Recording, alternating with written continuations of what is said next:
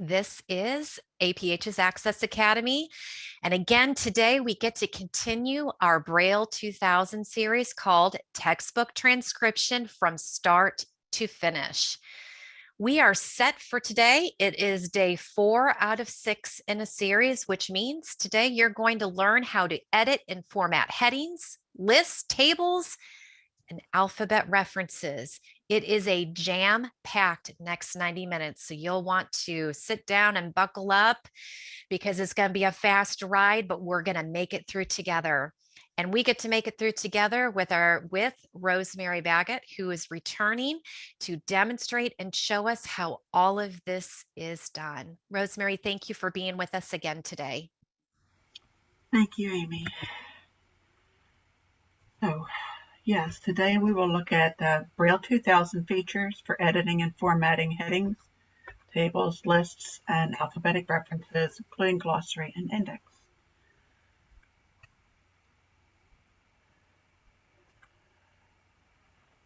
Headings. I've copied some quotes here from the Formats website, the Braille Banner website. Especially, I think that this is probably one of the biggest needs I see for transcriber discretion when using a NIMAS file. NIMAS translations have done wonders for Braille transcription, but they're following print design, and the transcriber needs to look carefully at that from the perspective of a Braille reader and adjust accordingly. So quickly, through Formats 4.1.1, print books use various methods to distinguish headings, different fonts and font sizes, color, placement on the page, etc. Just as print headings provide a hierarchy structure of levels, an effort should be made to achieve the same type of structure in Braille. This is done after a careful examination of headings in the table of contents and the body of the text. It's important to be consistent in the treatment of similar print headings throughout the entire transcription. So again, this is all transcriber discretion. Once you look at your print copy. The next section, headings, are one of the most important ways a reader obtains information about the print format of material being presented on the Braille page. Headings denote hierarchy, and by doing a quick finger scan, one can quickly move to pertinent sections.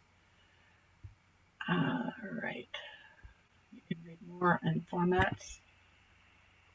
Whoops. So with that in mind, assuming that most of you understand headings and there's the full information in the formats, we have centered cell 5 and cell 7 are primarily the ones we're looking at. I'm going to, we'll do a little bit of comparing NIMAS heading setup with, and then from there, you would make your decisions as a transcriber. I'll show you a few examples of what I've done. It is possible in Braille 2000 to set a full file conversion for NIMAS generated headings. It's a complex process. To set that up, contact Bob Stepp if you're interested. I've shown already earlier this week how to do that with an import that comes through Braille Blaster, and Braille Blaster will allow you to remove emphasis, which would be bold type or italics, from initial headings in certain places. But there are pros and cons for using Braille Blaster as an intermediate step, and I'm finding more and more I prefer that Braille 2000 direct import. And so I haven't learned this process yet, but I have my own way of editing, so we'll look at that. We're going to also show you how to set up keyboard commands in Braille 2000, which is a way that I've quickly used to reformat or set headings. And then the transcriber will need to adjust the file according to formats. And there will be other features. So let's look at a demo, or a few demos. Again, I personally find it easier and quicker to use Braille keyboard commands to edit and adjust headings as I go. And I have multiple files open today because there's so many examples in here, so bear with me as I tended to open the first one, but I have the first one open, but I don't know whether I did that or not. All right, so here's one example. We've already looked at this page. This was the beginning of a, trying to turn the interpreter on. This was the beginning page of a student resource section in a chemistry book. And here you see that the NIMUS file, I copied this from the NIMUS file. The NIMUS file has already centered the heading at the top, and down below there is a setting that says Element Handbook. This could be, when I'm looking at the print, this could be either a centered heading like this or a cell 5 heading, and that's going to be the transcriber discretion. The important thing is you'll notice it's bold type, because in print most headings are done bold or colored type, and the NIMUS translation reads that as bold, so I'm going to have to delete that bold. There are times when I'll do a full file edit to change emphasis. We talked about that yesterday. Most of the time with headings, I'm just doing it as I go. So there's my cell 5 heading. And if it's a cell 5 heading, I need to remove the blank line. I just come to the end of that line and delete that line. And we already looked at how to format the table of contents, which would involve putting a space in here and inserting the dotted lines. But today we're looking at headings. I'm just going to come down here again and make it a cell 5 heading. And I delete. And if I decided to keep it as a centered heading, I just do that, and the same thing. I'll put it back at cell 5 to be consistent in this file. That would be the simple adjustment for the headings on that page. It'd be nice if they were all so easy. I started with the easy one for that reason. I can show you a, well, I think the most helpful thing right now would be just to show the keyboard command setup in Braille 2000. This has been a huge time saver for me. I'm going to open a new work area. There is an option for creating keyboard commands in Braille 2000, and it's, once you get it down, it's helpful. I did it initially some time ago with help from Bob Stepp and set all of my commands, and I use them all the time, but I don't always set them up. So I've been practicing setting them up again to make sure I don't lead you astray in this. So to set, I'll call it a speed belt key. Let's just say, and I'm going to enter this in print.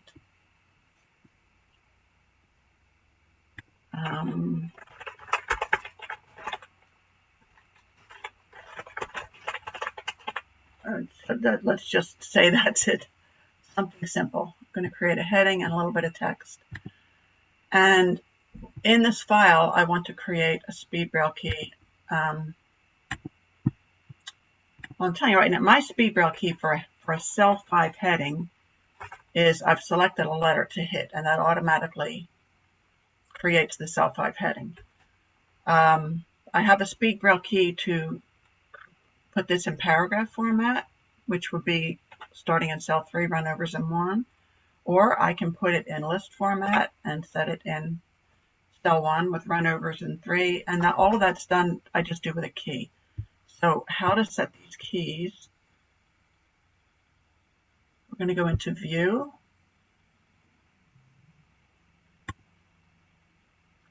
I come down to Speed Braille Keys.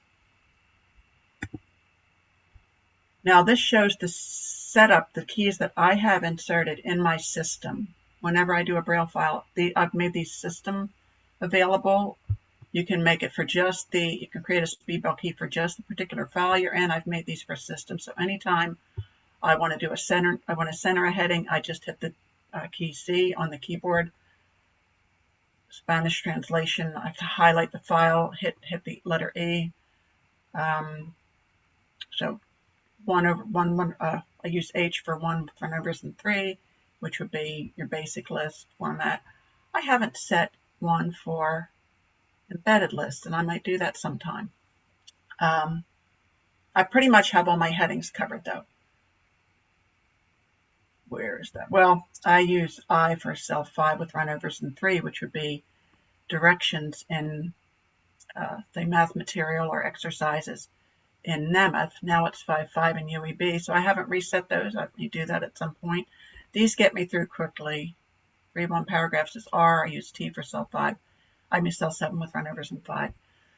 So for right now, we're going to create a new SpeedBraille key, just to show you how that's done.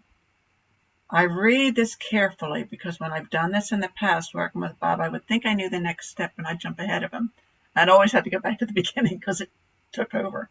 Press the key or enter the chord you want for your SpeedBraille key. You can choose any of the 63 chords, any of the 20 letter keys, not the basic home row keys, any of the 26 shifted letter keys, any of the digit keys 0 to 9. I have only done a few and I just use the letters that are not in the home row key. So entering a key or chord will move you to the next panel. Let's say I want to create a box line, and I'm going to use the letter X because I want to do an exterior box line. As soon as I entered X, it shifted me to the next page of the next box. The key you selected is indicated in the title bar of this dialog box. There's my X. A description for your SpeedBraille key is optional, so you don't forget what it does. Enter some description below. I'm going to say exterior box line. I already have ones for inner box line, so I'm going to create this here. Press enter or click next to go on. Click next. You are now ready to record the actions of your SpeedBraille key. After you click next, the recording indicator, extreme upper left corner up here, will blink.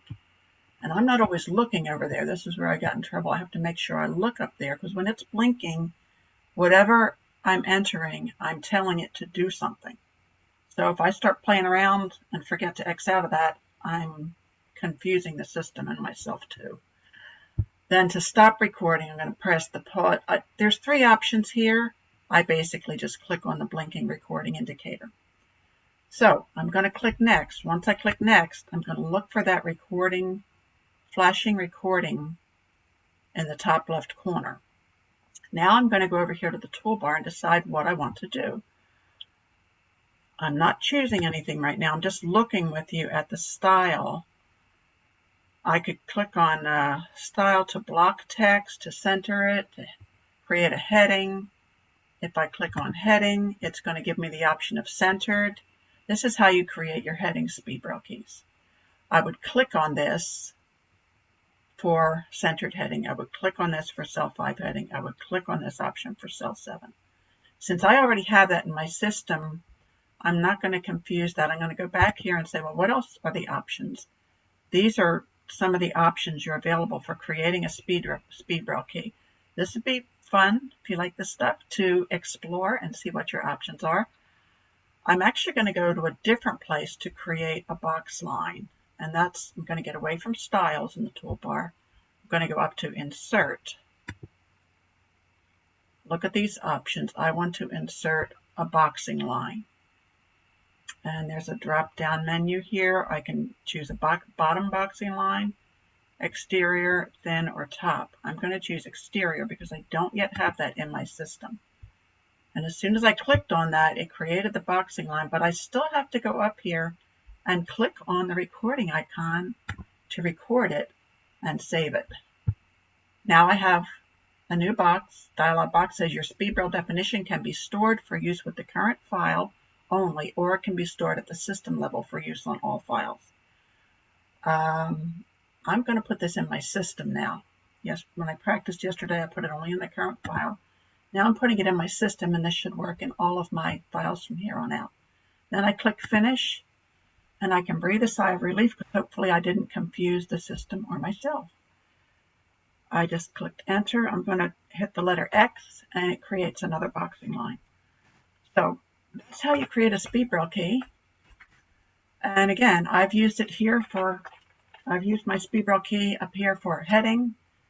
I could change it. I could make it a centered heading. I could put my other SpeedBraille key in and make it a cell 7 heading. So, any questions on that so far?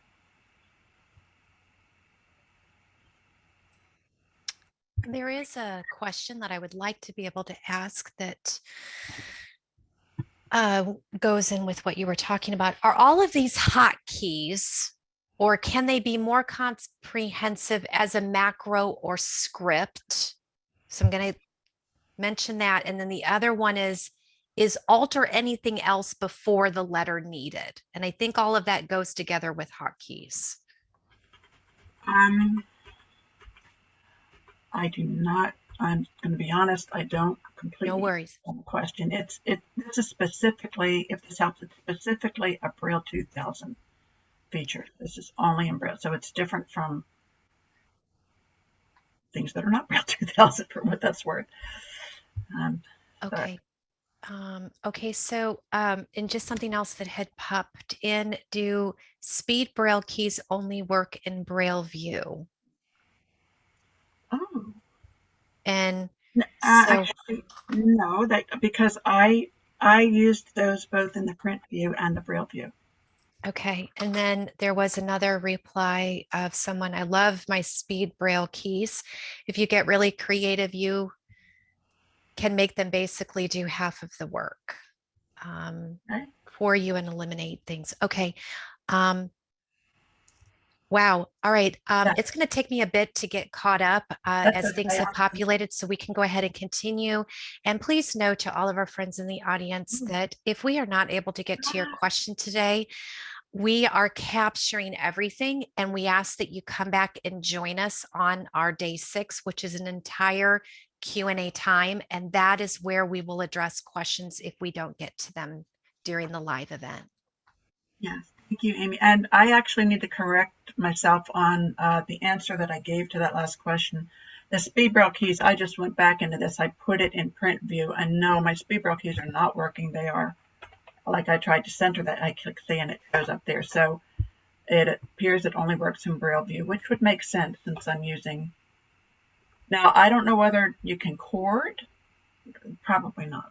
So that's something to experiment with. All right, we are going to go on. That's basically what I have for headings. I think the material and formats, basically with the NIMAS file, oh, I can show a quick example. I would say that most headings are imported into the NIMAS file.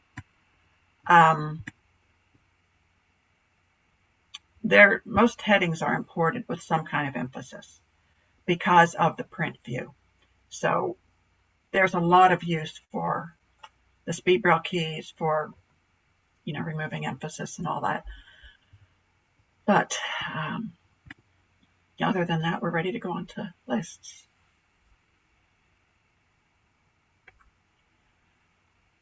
Okay, to take a quick look at formats, to define what a list is.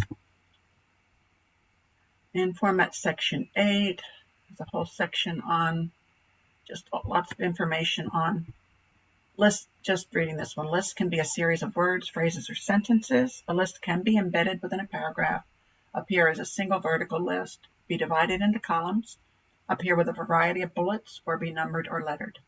A list may be preceded by a heading, and more. So we're going to take a look at a few different kinds of lists today. NIMAS files are varied. I would say with Braille 2000, it's varied on how they're imported, but for the most part, they do recognize a list. And so let's look at some of what that looks like. We're going to look at some simple embedded lists, nested, bulleted, outlines, and annotation. Well, those are types. We're going to look at a few of those. The NIMAS translation will pretty much convert a list as in print, and there are some needs for transcriber to edit. List prefixes may be in bold type based on print appearance. What do I mean by prefix? Would be the first word in a list. Sometimes, often a NIMAS file will read a table as a list, and therefore the column heading in a table will show up as a prefix in the list. And since column headings are typically in bold type, in print, they're often bold typed, which is why the Braille Blaster conversion gives you the option of removing those before you import the file. And again, I understand Braille 2000. If you want to learn how to do that in the initial file setup, contact Bob Stepp. Oops, I tried clicking on something and that doesn't work. Bullets are not always converted in an IMS file and may need to be added in Braille. We'll look at some of that later. Numeric and/or alphabetic identifiers. For example, if you're in a list of exercises and they're numbered 1, 2, 3, for some reason, even though they're there in print, they're not always converted in an IMS file. and may need to be added. I'll look at an example of that. And note if print layout shows a list in columns, you might need to move items around or generate the whole list yourself. In other words, a print page where you have, they've got a list over on the left, and then they have a list to the right of that. That will be read differently in an IMAS file because they're just reading the print. And we know we format those differently for the Braille reader. So how does Braille 2000 display lists from an IMAS file? I'm going to look at one.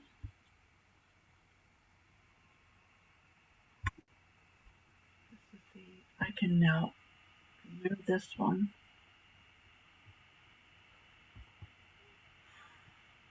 I'm going to close this out. This file has not been saved. You want to save it now. So going to my number corner.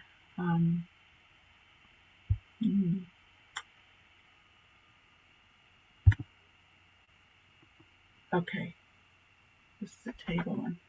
So we looked at this earlier in the course. And I've gotten out of, this is not the NIMAS file. However, this NIMAS file came in with an embedded list, meaning that the main entries were in cell 1. The indentation in print was in cell 3, or the sub-entries were in cell 3. And this is exactly the way I needed it to be for my transcription. The addition of the guide dots and the space between the text and the page numbers and the table of contents we did the other day. But the NIMAS file did come in like this, which was very helpful.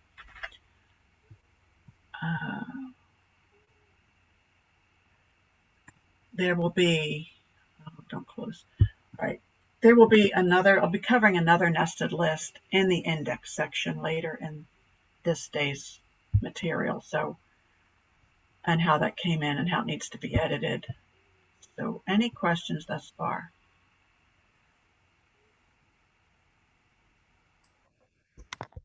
We are good just to continue rolling along. Thanks a lot, Rosemary. All right, tables.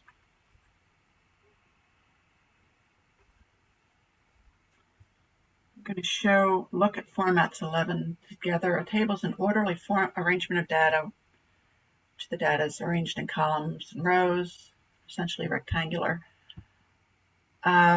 Tables are transcribed as they are in print if possible, and alternate methods are used when that is not possible. Clarity for the reader, intended use, and the information contained in a table are all considered when selecting an alternative table format. This is another case where transcriber discretion is huge. I've rarely found a table imported that is ready to go, although I'm seeing it more and more. I know with Braille 2000, Bob Stepp is continually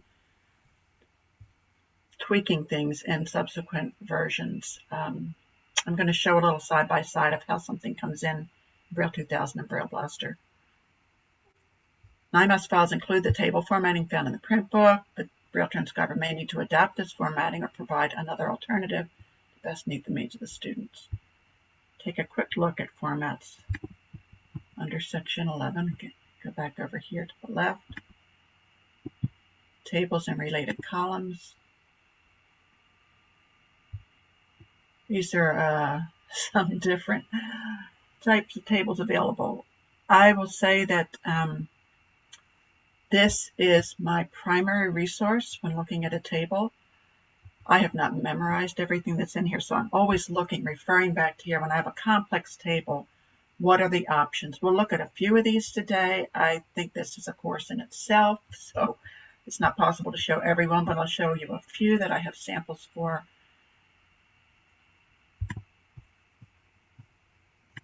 Here.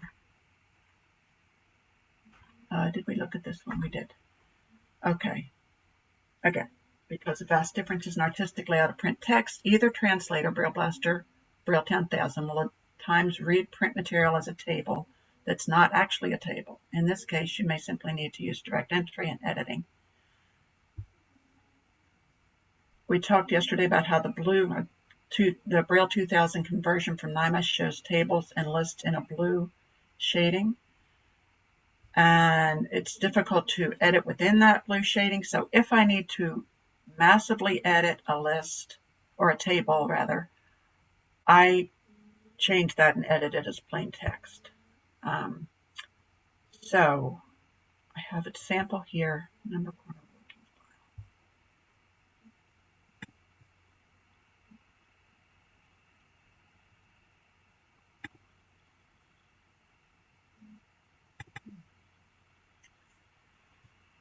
That may not show up.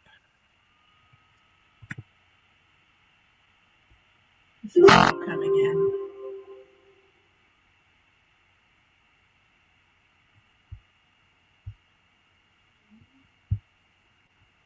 I'm going to put this on interpret view so I see the line.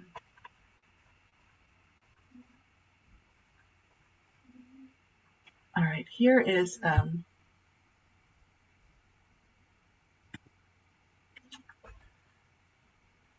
example of a table on page 29.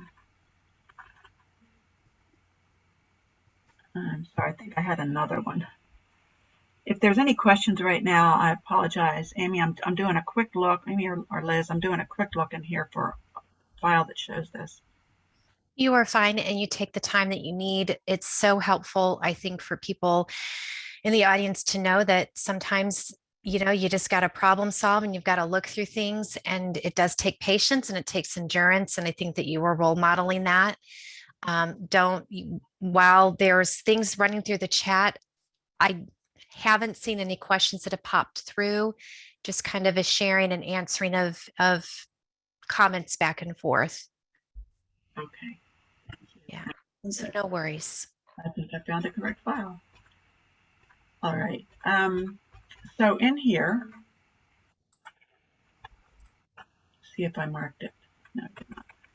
All right, print page 3. I have the print book in front of me, and I believe I have a print copy of this page here just to show you. This is an example of a simple list that was imported by Braille 2000.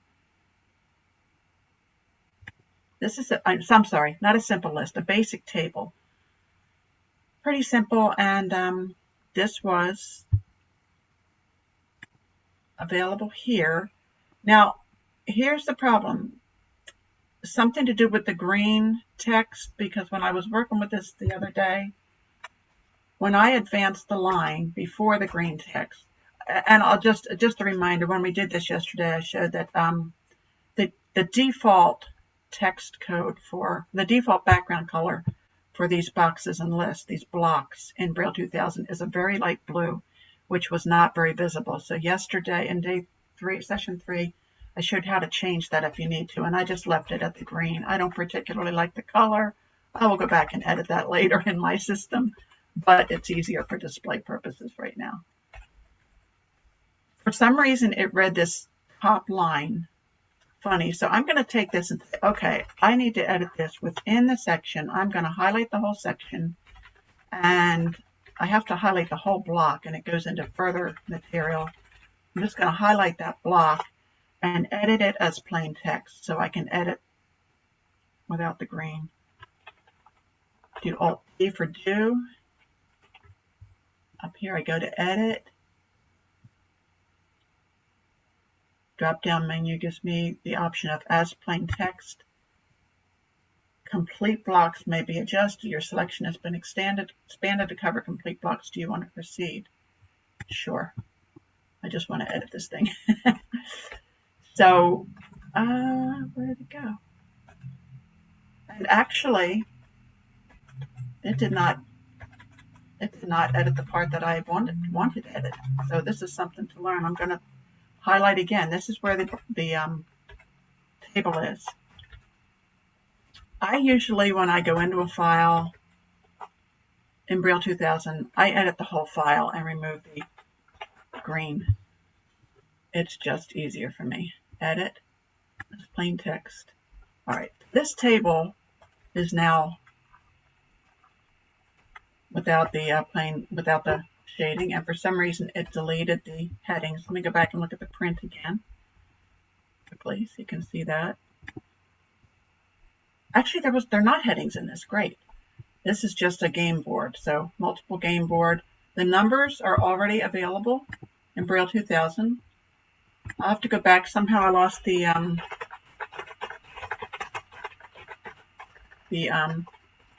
title. I shouldn't try to talk and work at the same time. I'm going to make sure that's centered with my keyboard command. I'm going to insert a box line with the keyboard command I've created, and for some reason that's not working, so I'm just going to enter it right now manually. I know I've created this in here, but I think Braille 2000 is tired of me this week. Here are my numbers. This has already been pretty much set up. Nope, that was my keyboard command for closing box lines. And I found this a couple years ago, and this would be a question for Bob Stepp. I was able to easily enter and use keyboard commands that would set headings, but I've had some problems in the past with box lines. I understand that's been fixed a lot, but when I run into a snag like that after I play with it and can't get it to work, I go to Bob Stepp and he fixes it, explains it. So there's my table set up. All I needed to do was enter the, let's say that's a centered heading. I'm going to leave a blank line between it and the table. So that's one sample of how a table is imported, a simple table in Braille 2000. I'm going to go on, just look quickly at the next slide, see what some of the other table types are. So we've looked at a basic, keyed column headings and or row headings, wide table, listed table format, and wide table facing pages. Okay, again, these explanations and the samples and formats are invaluable. They show specifically, I'll take a quick look at that. If you have questions on what any of these look like, for example, a wide table in listed table format. I jumped right to this section. It gives you specifics where to leave blank lines, what you can condense or abbreviate or not, how to just how to condense a table so it fits, and all the guidelines for when and where you can't do what, because the tables are complex. And then if you scroll to the bottom of that section, see a sample for this. And here's an example of a listed table format. What do you do with that? You come into formats and you check it out and you compare your table. And this is how it's done. So you see the nested lists here, cell 1, cell and then the next section in cell 3, that's your embedded list. And what to do with all these. You have to look at it, think about it from an educational perspective, and I always pray. So let's do a few demos that I have, ones that I have. We looked at the simple table in number corner. Oops. I do have a tables file open. Because they're so complex and in different projects I've worked on, not every project will have tables. I've just created kind of a file here that I've copied some of them into. So here's an example of a material that came in. I think this was through a Braille Blaster conversion, and I don't have a print copy of this page, but basically this table, it was a table that was set up horizontally but did not fit across the Braille page. In print, it's set up horizontally. Did not fit across the Braille page, so it came in like this. And I look at these and I say, no way, and I just have to create it myself. Because there are times when I'll edit, if they're like complex entries, I'll edit, do a lot of, paste line breaks and using speed Braille keys to edit where it is, but the simple fix is table is rotated from horizontal to vertical in Braille. I do that with a transcriber's note. This is my conversion. Now this happened to be a file that had Nemeth math in it, so I had to use the opening Nemeth indicator here at the beginning of the box line. And I went down and changed my entries. That was another reason I edited manually. I needed to do that for the Nemeth. And we'll talk more about that on day 5, some math that's being converted now. So that's basically what I did. Instead of running it across the page, and I'll often find that in math text, there'll be a little table that looks real simple in print. By the time you enter the characters, it doesn't fit, so we rotate it in Braille. Another one, wide tables listed format. Oh, I can't do that with my... Well, okay, the keyed column headings, I have that one first. That's in pages 14 in this file.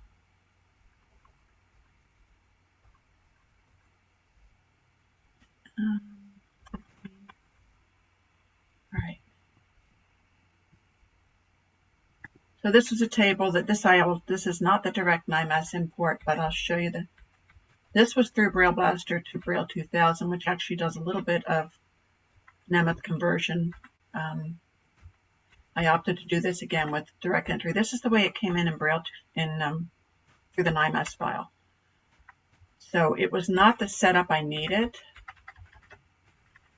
It kind of created a new section for each set of entries. And I basically had to create a key to the table headings. And there were, did I have this one? Do not. So there were column headings, created my key here, row headings. This was how I was able to basically show that the table only took this much space in Braille and was able to fit all on one page, including with the key to the table headings. And there are guidelines in formats about when it's desirable to use table headings, when it's desirable to use column headings, or I'm sorry, row headings. And I'm looking at this. The first row did not need a heading, so I used the A. I only needed to use one row heading. And because the rest, these were short, this was a complex one. And I did that up here. That's actually where I put my Nemeth conversion. That was the only heading with Nemeth in it. So that was the only Nemeth in it, except this part here. This was how do I fit this on one page. It's a lot of it is just thinking how's this going to appear for the student. These are my row headings. The column headings are across the top. The row headings are down the left. And I created column headings for each column so I could basically fit the table format across the page. Again, it requires a good look at formats and thinking. All right, there is another one.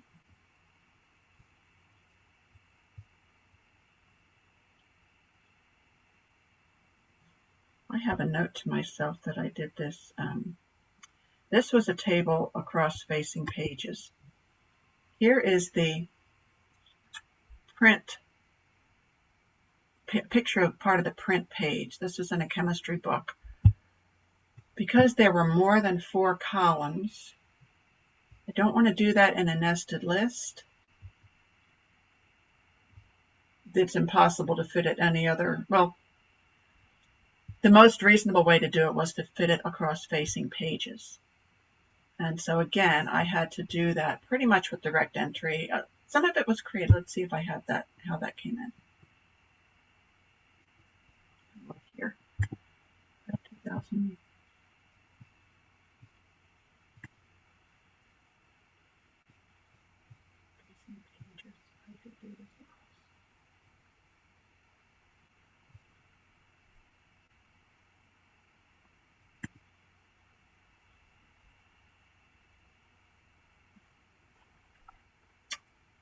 I'm using this for multiple files, so it's not jumping to my bookmarks for some reason. So I'm going to go to what I know is print page 431. And I will call Bob about that and say, is there some reason that Braille 2000 is not liking some of my bookmarks when I have so many pages open on multiple screens? And he might say that's it and give me a fix for it, but I don't have that yet today. I know that it's on print page 431 in my print text. So this is I'm looking at the print page numbers here. This is the NIMAS file for this book. And I'm just going to a couple selected pages for this demo. Getting closer. All right, here's the table, and this is how it came in. So again, I'm going to move it down a little bit. I'm going to try. It's slow working because I'm within the 9ms file, which is huge.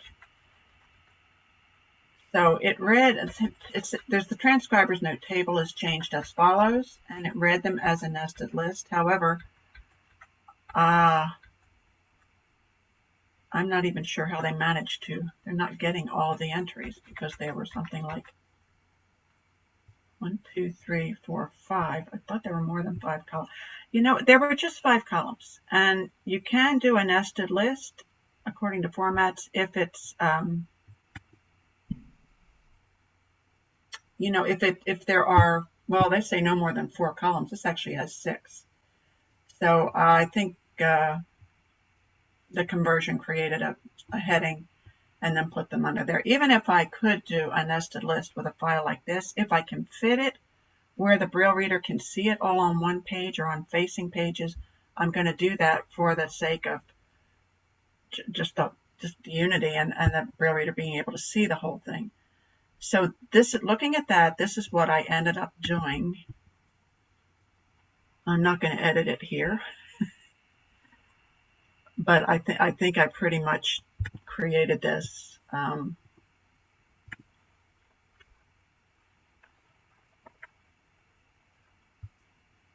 to do my bookmark, my finger slipped.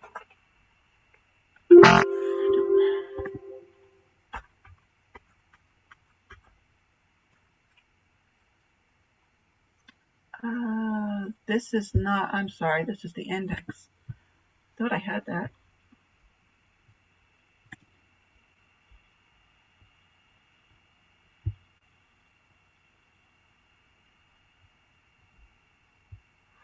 Table on facing pages.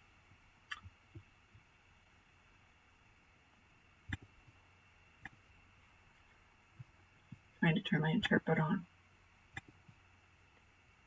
All right, the print page is here. So on the page, according to formats, you want just, if at all possible, you want to have on the page just the information, on the facing pages, just the information for the table.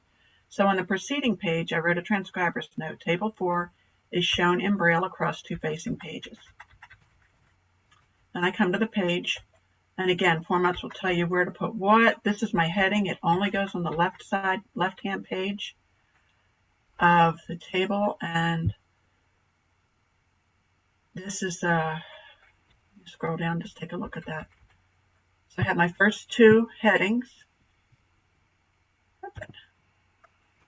substance and formula. Underneath that, I have the first 2 columns. And this needed a lot of editing anyway because it was in technical, which people are working on, but we're going to always want to edit that. Bottom of the page on line 25, table 4 continued. On the facing page, now again, since in Braille, these need to be facing, and make sure that the left facing page is on an even numbered book. I'm sorry, an even numbered page, and then the right facing one on your odd number page. So when that's embossed, they should be across from each other.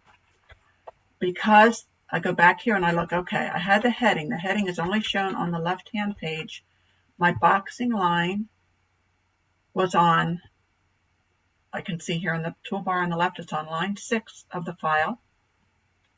My heading on line 7, just to make sure, column headings. So I come down here to the next page and make sure that the boxing line is on line 6. So as they're reading across the page, they're going to be able to go right from one to the next. I've also made sure for formats that the guide dots for the final column on the left-hand page all extend to the margin so that when the student is reading across, they're going to be able to go right across to the next page and see the rest of the columns. And again, at the bottom of that page, I give a note that this is still table 4 continued, and then I go on to my text.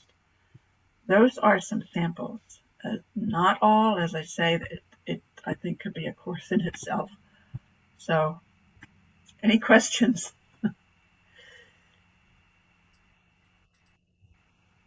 Yes, let me share with you, Rosemary, a question that we have. Just one moment. The question, sorry, you had to wait on me. In Duxbury, there's a simple way to change the type of a table. Is there a way to do that in Braille 2000? And forgive me if this may have already been answered inadvertently as the chat has rolled on. Well, and what I do with a table, I can highlight the whole table and change. Was that to change the font? Was that to change the font type? I'm not aware. Is there a simple way to change type of table, basically oh, forcing it, is oh, what the question was. I think Bob Stepp said to me that there is a way to do that, and I got lost in the translation because I personally prefer to do it direct entry, and it was complex. Mhm. But I think there is, and that would be a question for him. Perfect. We can definitely route in that way. Thank you kindly. I would say that it's still going to need to be edited. You're still going to want to do your proofreading and just check it out because of the complexity we've talked about. So, but that was a good question, very relevant. And if we're ready to go on, I can go on to alphabetic references unless you have another one. No, this is perfect timing to continue rolling along.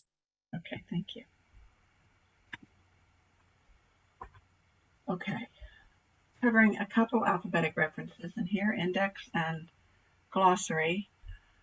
The index, the import on these I really like. NIMAS files do print book formatting, and there are some things the transcriber may need to edit. This is probably the biggest one, and I will show you this. Because in some indexes, everything's shown as a list. If it's shown as a list, Braille 2000 is going to catch that, and it'll show up just like that. The one we're going to look at as a sample, this sub-entries, because they were extensive, were actually shown in a paragraph format. Format says we need to show them as a nested list. So that's heavy duty. Well, not it's heavy duty, but that's definitely transcriber editing needed there. There are a couple of other things. The Braille dash, when you have two page numbers joined, let's say within the index it says this material is covered on pages 4 to 5. Grammatically, English, that's supposed to be a hyphen. They're joined 4-5. The NIMAS file reads it as a dash. So I'll show you how I change that pretty simply. Type forms, and I have to ask Bob about this, but I know if you use the Braille Blaster to Braille 2000 conversion, you do have the option of removing emphasis, that would be bold type usually, from the entry word in an alphabetic reference. That's helpful. I don't like to do an all file edit. If I go into an index and see that, okay, it's included the bold type, I could technically highlight the whole index and remove the emphasis, make it plain, but I don't generally want to do that if the index has any bold type within the body of it. I mean, I want to remove it from the entry words, but sometimes within an index, let me show this here. No, I don't have that. Hold up, but that would be, you'll see the bold type, and then you'll say, okay, these page numbers are in bold type. I'll show you the reference for why that is. Let me just, numeric termination indicator. This may have been changed. So let's look at Braille 2000 sample I have, and hopefully I'll get the right file quickly. Index, NIMAS.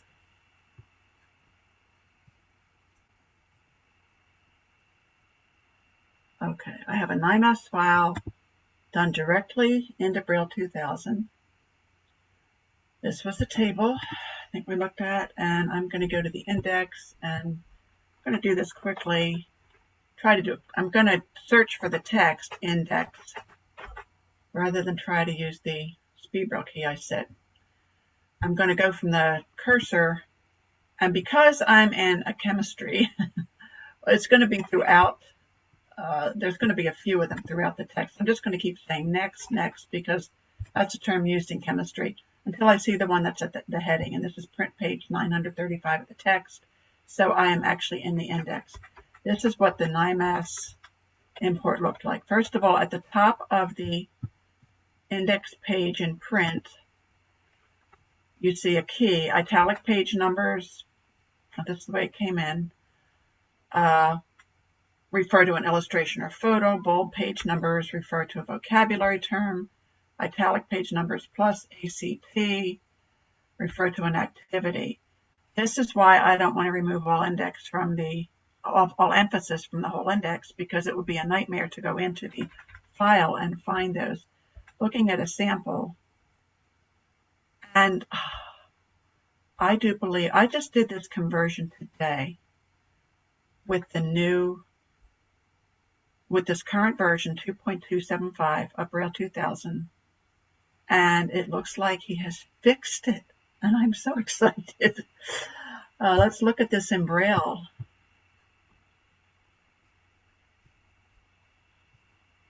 At least it's made it a lot simpler. I'm still going to have to go through and remove the emphasis from the entry word, absolute zero. But in the past, he would have this was shown as bold passage indicator, which would have included the entry word here and the page numbers. One of them, that's only one. Let's see if I can find a sample where that would have been. It would have been very problematic to edit some of these with the past setup. And so that is no longer the case. I may just have to go through here and delete each of these the emphasis in each entry word. I'm going to show you how I edit a little bit of it, and then I'll show you the finished file. Because this would be something I do. Anyway, and the first thing I'm going to do, I'm going to set my bookmark, and hopefully this will work. I'm going to take to the end of the file, Control-Shift-End, and I'm going to edit as plain text and get rid of the green blocking.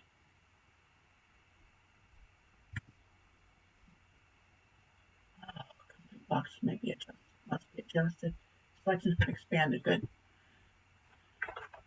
And it took my speed Braille key took me back. So here I am, and I'm looking at my print book. I have to, and I'm going to just take away the emphasis from the entry words, since according to formats we don't emphasize those.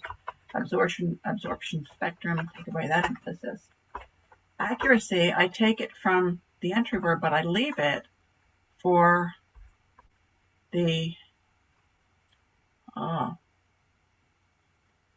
here's where the problem comes in. So this is what I'm seeing.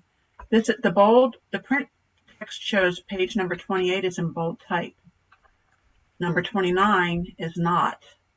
The dash changes the emphasis, or it ends the type form. However, that can't be a dash in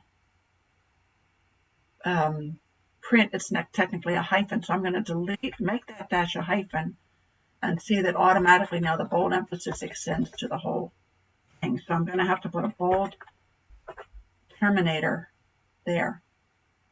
So this tells me right away I might not do the all file conversion I was going to do, which was to change all the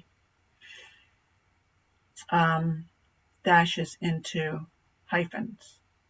I don't want to fry too many brains. I'm just going through and doing this, deleting the emphasis from the entry words. And if I find emphasis here, 810 was in italics in print, Braille 2000 converted it. Word C was in italics, we'll leave that.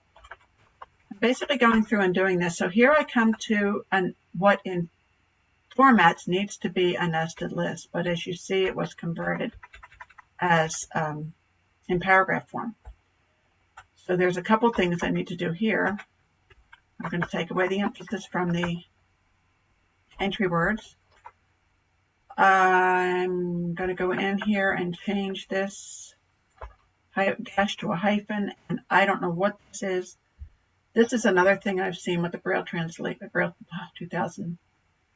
Is this something to do with numeric indicators and terminators and all this? So right now I'm just editing. Whoop, I'm using my speed Braille keys. Now if you use a speed Braille key and it adjusts, I didn't want to make this line cell free. I entered my speed Braille key for, well, let's just go back. There we go. Sometimes you have to insert a page break just by hitting enter. Now with me looking at the print, I would take a look at the print here and see, does this PROB need to go up here? I think the PROB goes with the line above. That's going to be my, oh no. Here's how this works. I'm going to hit an entry there. All right. This has to be a run over in cell 5 because I have a nested list. This again is list information.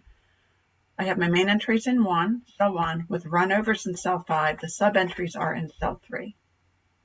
Now I see from print that acid strength of and the page numbers. Again, I need to tweak this. Oops, I just deleted something I don't want to. Control Z, fix that. Here's my next sub entry, again in paragraph, because that's what it shows in print. So I'm editing this in Braille 2000. And I might go through and change all these hyphens to dashes to hyphens. The word table is supposed to be a run over. The next entry is bases. I put that in cell 3, strength of. So let me just show you what happens if I'm going to put a marker here, if I go through and I take out all of these things. I don't like these. They're not needed I don't need to terminate grade 1. I don't need to terminate numeric right here because the space after it and the line break will indicate that. So I'm gonna copy that just to make sure I get it.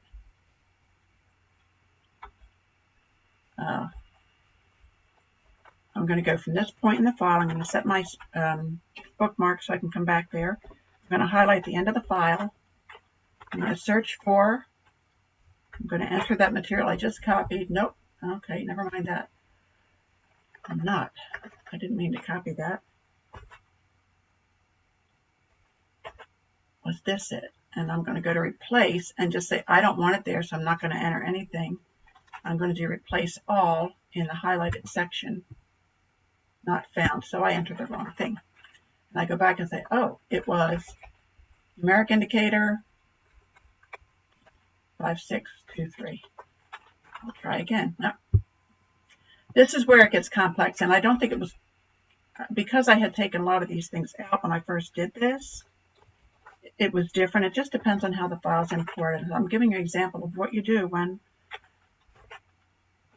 what you may have to do when a file comes in not exactly as you want. And if there's anyone out there that's got helpful information, I'm hoping you're putting that in the chat. So I'm going to replace that. I entered it under find text. I entered the symbols I don't want in the highlighted section. I go to replace. I want nothing. Replace all. And it's doing something. It's searching and it's replacing. And that's how many of them are in there. So that tells me, yay, that was a good choice. Because it's saving me the time of having to do those individually. So you have to kind of pick and choose. What do I want to change ahead of time? What do I want to eliminate? And what do I not want to eliminate because I don't want to have to do extra work? Now I'm going to do this manually. I'm going to make the dash a hyphen simply because there are some places it's needed. So this is kind of the process. Again, this is a sub-entry. It extends to this page number and the word table number, the word table. Buffer is the next subentry, so I put that in cell 1. And again, with all of this, I'm looking at the print text to see what needs to be on this line and what does not. So let me just show you a sample of the completed index, what it looked like. This information I put first in a box. Index key, italic page numbers are important because they show this. Page numbers within the body of the index. Bold page numbers, vocabulary term, italic page numbers, plus ACT activity. And here's the completed index. Now the other thing about index and glossary is the need in, according to formats, for guide words.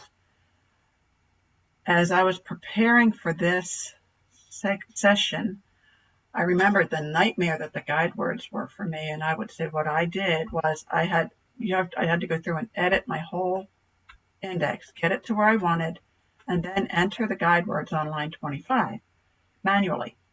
And it's the first main entry on a page, a dash that I do want, the second main entry on a page, and there's recommendations in formats for what to do if it's a long entry. And the problem was, if I had made an error up here in creating that nested list, which is always pretty complex, and then I'm putting this on line 25, let's say I went back and found an error here and it created a new line or deleted a line, then I'm having to change the index on line 25. And in the middle of remembering that nightmare, I thought, I wonder if Bob Stepp has made some provision for this. And I contacted him, and lo and behold, he had. And I'm so glad. I haven't used it yet. This is new to me. But he did share with me a PDF about NIMAS glossaries, and I spoke with them today. The information on the guide words applies both to glossaries and index indices. So that will be available as a handout, I understand. He's made that available to us, and it'll take some time. And if anyone's interested in seeing that process, I'm definitely interested in doing it. We'll push that to session 6 with the session 6 on Q&A.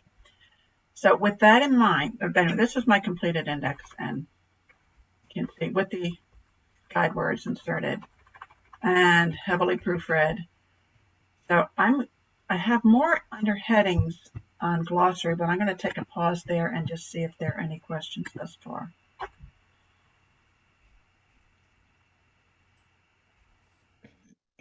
Okay, I think that we are mostly up to date. I will stay with us to the end of the webinar, and I will have an announcement about the chat files that we are talking about inside the chat window. So just hang tight a little bit till we get to the end, and I will give you some further directions. I'm not seeing any questions, but I will confirm with Liz and Nicole. If you've by chance seen anything that I have overlooked, please just feel free to give me that nod. I don't think that there's anything that I noticed. Great. Liz, did you have anything? No, I have not seen any questions, but I will, since we're getting toward the end, I will plan to put a couple links in the chat. One for our Duxbury training that was going to start after this Braille 2001 for any attendees who are interested in that. So I will pop that in the chat in just a second. Okay. Okay, so alphabetic references, glossary. And I'm basically just going to show you a couple samples of what the NIMAS imports look like, both with Braille 2000 and with Braille 2000 via Braille Blaster. And so taking a quick look, formats 21.6, see samples. Make up a note for that. I think that may have take a quick look at that. Again, I'm in the Formats book, going down to section 21, alphabetic references. And because this note says 21.6 under glossaries. And this is where your information is. Glossary, simple, glossaries with pronunciation, foreign language. And I've found that more and more even elementary texts are coming through now with both languages in a glossary. And I usually check with the agency because sometimes they want the foreign language and sometimes they don't. So that would be an agency decision. But all this information in here on how to format those, the language by which the glossary is organized should be used for guide words, which in our case would be English. And what to do if these are, if the foreign languages are on facing pages or on the same page, there's guidelines there.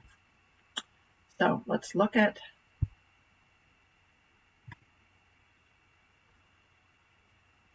if you are doing a foreign language in your glossary, make sure you list the symbols on the special symbols page.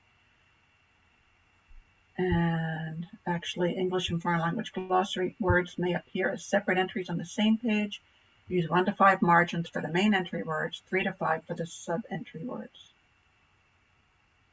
Sub-entry, I'm assuming they're meaning the foreign language as the sub-entry. If anyone has an answer to that, let me know. I just read that. I'm assuming that's what they mean. And if that's the case, then you'll see that there's going to need to be some tweaking with the NIMAS imports, but the Braille 2000 speed brailles and keys or style entries can help with that. So let's look at glossary. And I have, this is what, we'll look at pronunciation keys in session 5. So this is what the Braille Blaster import looks like. And if I put this in print view, it's, well, I have this is up at the beginning. Oh no, this is actually the way it's translated. It's needs a lot of editing. I mean, because first of all, I have blanks and spaces in there, so I've done them like this. And I basically end up going back to my speed Braille keys. First of all, I'm going to want to, now when I did this through Braille Blaster, it was some time ago. This was before I understood, before I knew about the option to remove the emphasis from alphabetic reference entry words. So if I were to do that now, these would already be gone. The word English would already, well, that's if I'm going to use English in there. I don't necessarily need that word English there. I would more put a transcriber's note saying English entries are in 1 run over in 5, Spanish entries are in 3 run over in 5. So that, I'm not sure what Braille Blaster would take out, but they would take out the absolute 0. And then from there, you have the rest of the entry. So I would be putting this with cell 1, run overs in 5. Now I haven't created a speed Braille key yet to give me 1 run overs in 5. I will do that at some point. I'm still using my cell 1 run overs in 3, and I just edited that manually. And then this would be, might have a speed Braille key for this. I'm not sure. Let's try. Probably not. So I would create a speed Braille key to make that cell 1 run overs in, cell 3 run overs in 5. However, I also need to do the translation. I plan to look at Spanish or foreign language translation features in Braille 2000 in session 5. So I'll just point out here that this is the way the NIMAS glossary came in through Braille 2000, through Braille Blaster.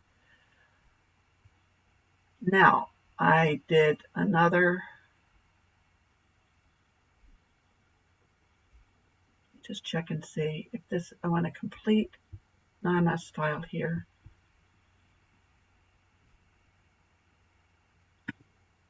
All right, I'm going back into. This was the Braille 2000 conversion I did this morning for the chemistry. And this is the new entry. I'm a little afraid to use the speed braille keys right now, so I'm just going to scroll up. This is within the glossary.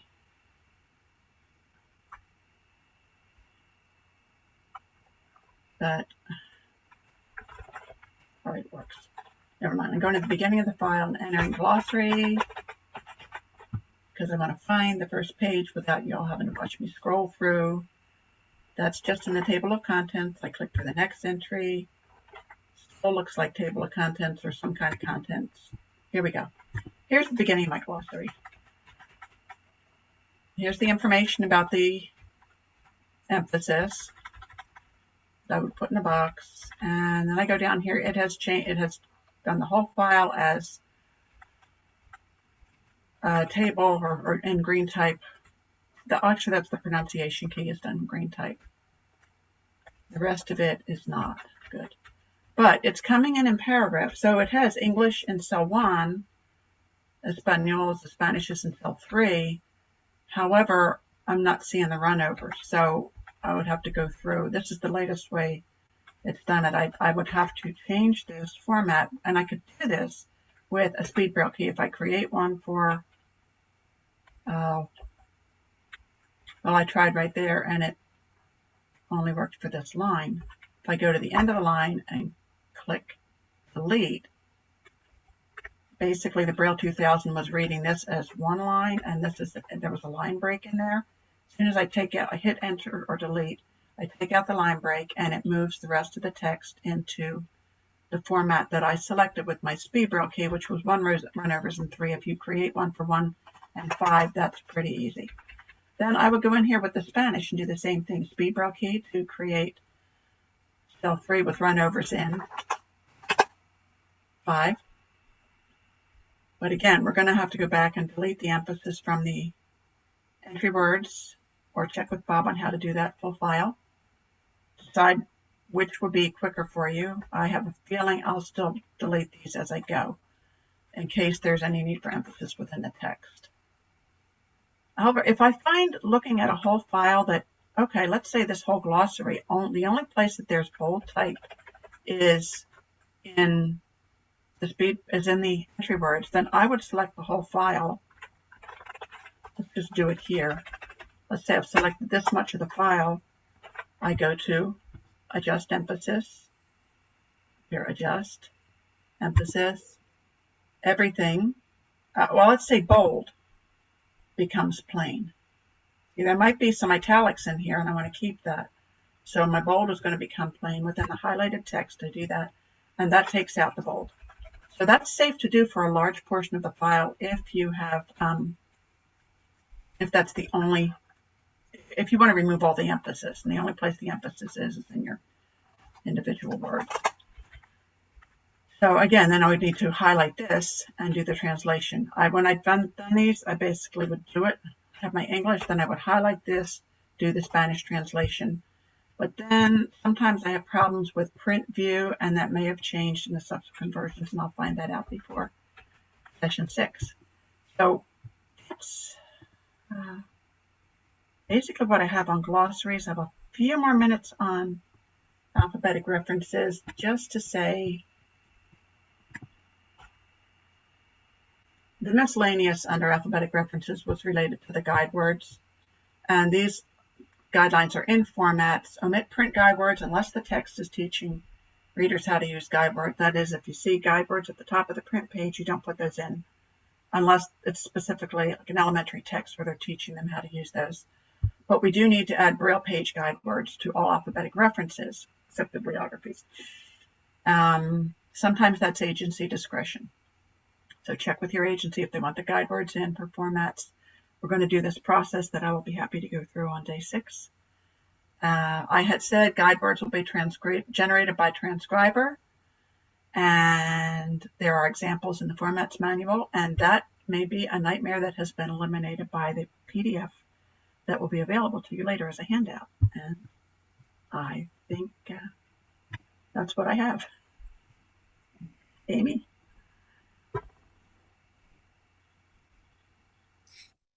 Great. Thank you so much, once again, Rosemary, for everything that you have offered to us today.